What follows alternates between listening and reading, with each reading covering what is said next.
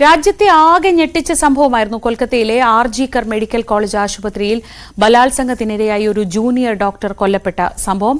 ആ കേസിൽ ഇന്ന് സുപ്രധാനമായ വിധിയുണ്ടാകും.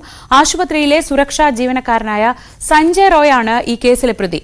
വിധി പറയുന്നത് വിചാരണ ആരംഭിച്ച് 57 ദിവസങ്ങൾക്ക് ശേഷം അതിവേഗത്തിൽ തന്നെ ഈ കേസിൽ വിധി പറയുകയാണ്.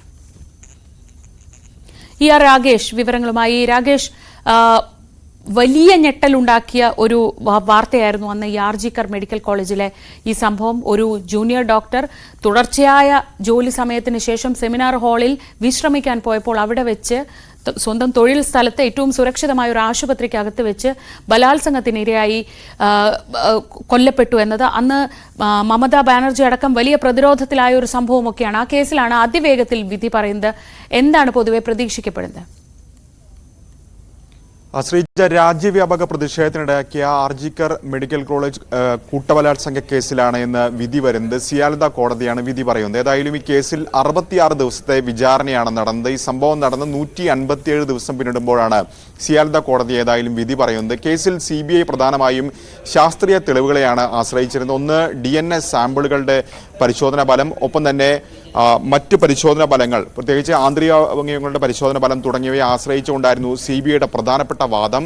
പ്രത്യേകിച്ച് ഈ സ്ഥലത്ത് നിന്ന് കണ്ടെത്തിയ മുടി ഇത് പ്രതി സഞ്ജയ് റോഡയാണ് എന്ന് CBI ആവർത്തിച്ച് വാദിക്കുകയുണ്ടായി. കാരണം ഈ കേസിൽ ഏക പ്രതി സിവിക് വളണ്ടിയറായ സഞ്ജയ് റോയാണ്. അപ്പോൾ സഞ്ജയ് റോയാണെന്ന് സ്ഥാപിക്കാൻ ഈ വാദത്തിനിടെ CBIക്ക് കഴിഞ്ഞിട്ടുണ്ട്. ഒപ്പം തന്നെ ഉമിനീർ സാമ്പിളുകൾ, ആ സാമ്പിളുകൾ പൊരുത്തപ്പെടുന്നതാണ് എന്നുകൂടി CBI ശാസ്ത്രീയ തെളിവുകളുടെ അടിസ്ഥാനത്തിൽ വാദിക്കുകയും ചെയ്തിട്ടുണ്ട്. ഇത് കൂടാതെ CBI ഉന്നയിച്ച മറ്റൊരു പ്രധാനപ്പെട്ട വാദം, ഒന്ന് ബലപ്രയോഗം നടന്നിട്ടുണ്ട് അവിടെ. കാരണം സഞ്ജയ് റോയുടെ ശരീരത്തിൽ മാത്രം ആഴത്തിലുള്ള 5 മുറിവുകൾ ഉണ്ടായിരുന്നു. ഇത് പെൺകുട്ടിയുമായുള്ള മൽപ്പിടുത്തത്തിനിടെ സംഭവിച്ചതാണ്. ഇത് കൂടാതെ CBI മറ്റൊരു പ്രധാനപ്പെട്ട വാദം, അന്വേഷണ സംഘം അവിടെ നിന്ന് കണ്ടെത്തിയത് ഒരു ബ്ലൂടൂത്ത് ആണ്.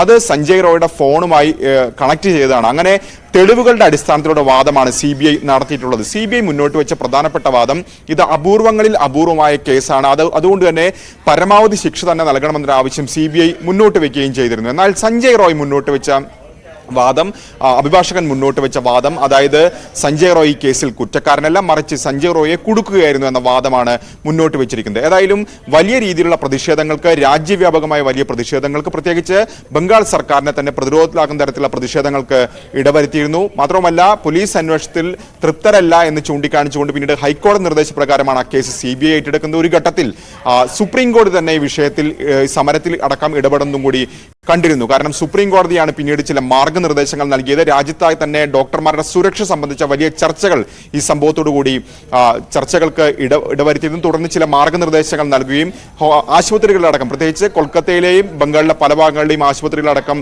CCTV ക്യാമറകളടക്കം സ്ഥാപിച്ചതും ഈ സംഭവത്തിന് ശേഷമാണ്. ഏതായാലും ഈ വലിയ രീതിയിൽ ചർച്ചയായ രാജ്യ മനസാക്ഷിയെ തന്നെ ഞെട്ടിച്ച കേസിലാണ് ഇപ്പോൾ 157 ദിവസങ്ങൾക്ക് ശേഷം വിധി പറയുന്നത്. ശ്രീജ, രാകേഷാണ് വിവരങ്ങൾ നൽകിയത്. രാജ്യത്തെ വലിയ ഞെട്ടലുണ്ടാക്കിയതായിരുന്നു ഒരു ജൂനിയർ ഡോക്ടർ തൊഴിൽ സ്ഥലത്ത് അവിടുത്തെ തന്നെ സുരക്ഷാ ചുമതലയുള്ള, സുരക്ഷയ്ക്കായി നിയോഗിച്ചിട്ടുള്ള ഒരാളുടെ ക്രൂരമായ ബലാത്സംഗത്തിന് ഇരയായി കൊല്ലപ്പെട്ടു എന്ന വാർത്ത വലിയ ഞെട്ടലുണ്ടാക്കിയതാണ്. വളരെ മാതൃകാപരമായ ഒരു വിധി തന്നെയാണ് ഈ നാട്ടിലെ ഡോക്ടർ സമൂഹവും പൊതുജനങ്ങളും ഉൾപ്പെടെയുള്ളവർ ഈ കേസിൽ പ്രതീക്ഷിക്കുന്നത്.